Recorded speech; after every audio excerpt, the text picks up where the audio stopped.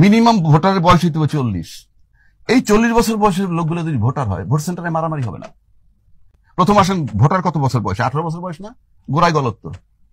18 বছর বয়সের যে ছেলেটা ভোটার, আপনার ছেলের বয়স 18, আপনার মেয়ের বয়স 18, তাহলে কি করেন আপনি? বাসায় স্কুলে যা, পড়তে বলে না বলে থাপ্পড়, মেয়েটারে কলেজে নিয়ে যান, নিয়ে আসেন নাকি?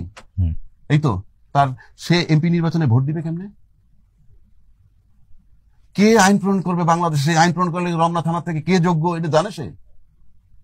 আপনি বাসাতে কয়ে দিলেন যা মা ওই জায়গায় ভোট দিস, ভোট সেন্টারে যাওয়ার পর আয়োজন করলেন এই জায়গায় না সাইডে ভোটটা দিও। ওর তো কোনো সিদ্ধান্তই নাই। আপনি এই লোকটার ভোট নিয়ে কিভাবে এমপি হন?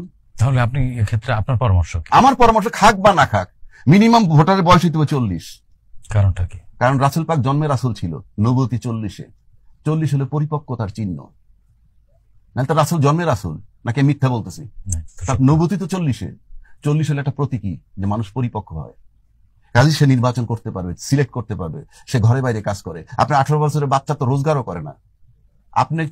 আপনি বলে চিপস নিয়ে এসো, আপনি বলে চকলেট নিয়ে এসো, আইসক্রিম নিয়ে, এইগুলো তার থিঙ্কিং। সে নাকি ল মেকারের ভোট দিবে। তাহলে তো পাগলের দেশ। 40-এর নিচে প্রার্থীও হতে পারবে না। তাহলে হওয়া উচিত না তো, উচিত না। কারণ আপনি ভোটার কম হোক, এখন 12 কোটি ভোটার আছে, সেটা 4 কোটি হোক, হোয়াট ইজ দ্য হার্ম?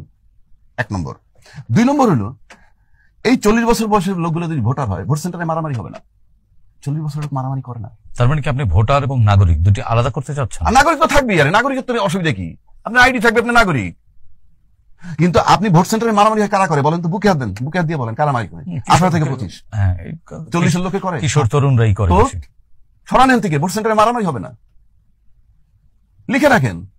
আবার 25 বছর বয়সে এমপি হইতে হবে পার্লামেন্ট, সংসদে। পৃথিবীর কোথাও কেউ এই নজির নেই। হ্যাঁ, এইবার আসেন ওই উন্নত বিশ্বের কথা বলেন তো। উন্নত বিশ্বে যখন বয়স 18, তখন কি বলে? গেট লস্ট, চলে যাও, নাকি বলে না? তোমার রোজগার তুমি করবা, তোমার লেখাপড়া তুমি করবা। সে পড়ালেখা করতে হলে এডুকেশন লোন নেয়, সেটা আপনি জানেন? এডুকেশন লোন নিয়ে বলে তুমি যখন থেকে কাজ শুরু করবা তার থেকে পরবর্তী 30-40 বছরের শুধরাবা। উন্নত বিশ্ব। সে তো মাঠে নেই মেয়ে 6 মাসের মধ্যে দুনিয়া দেখে ফেলে, ওরে আল্লাহ, পড়তে হবে, ব্যাংকে টাকা নেওয়া লাগবে, আমার দায়িত্ব আমার, যে আমার দায়িত্ব নিতে পারে সে তো অন্যের দায়িত্ব নিতে পারে, চুজও করতে পারে। আপনার লোকে সেটা আছে? আপনাকে এই যে আমরা উন্নত বিশ্বের তুলনা দেই, হ্যাঁ, রাম ছাগলের মতো আলাপ। উন্নত বিশ্বের আপনি নিজে উন্নত না, আপনার উন্নত দেশ টানলে কি হবে? আমি সেই জন্য বললাম, এই যে 18 বছর যে পৃথিবীর যে দেশেই জানে, আমাদের এই সাবকন্টিনেন্ট ছাড়া সবাই ওয়েল এস্টাবলিশড, যার যার মতে, সুতরাং তার ক্ষমতা আছে দেওয়ার, আমার দেশের সন্তানের নাই। কাজে এটা একটা রং কনসেপ্ট। এবং এই 18 বছরের বয়সে বাচ্চাগুলো উইথড্র করেন, ভোট সেন্টারে মারামারি, মব কমে যাবে। আপনার ওই তথ্য অনুযায়ী তো এনসিপি তাহলে রাজনীতি করতে পারবে না। হ্যাঁ, আপনি আলাদা করতে পারবেন না, অসুবিধা কি? করেন না। সংবিধান বলতেছে 25 বছর বয়সে এমপি মন্ত্রী, 27 থেকে 32 বছর বয়সে বিসিএস সহ ছাত্র থাকে। আপনি এই জায়গায় তো ছাত্র রাখছেন, এই জায়গাটাই তো ছাত্র রেখে দিচ্ছেন। 1, 2, 100% মূর্খ, 100% মূর্খ। আবারও বলতেছি 100% মূর্খ এলাও করতেছেন আপনি মেম্বার অফ পার্লামেন্ট হওয়ার জন্য। সংবিধানে বলা আছে শিক্ষাগত যোগ্যতা না।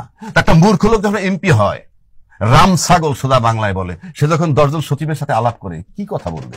আপনি বলেন না, কি কথাটা বলবে? কি মমতাজ কথা বলছে আর্মি জেনারেলদের সাথে বসে, কি আলাপটা করছে? কি আপনি বলেন না, কি আলাপটা করছে? কি হাইটে যায় আমার বন্ধুর বাড়ি, এই কইছে আর কি?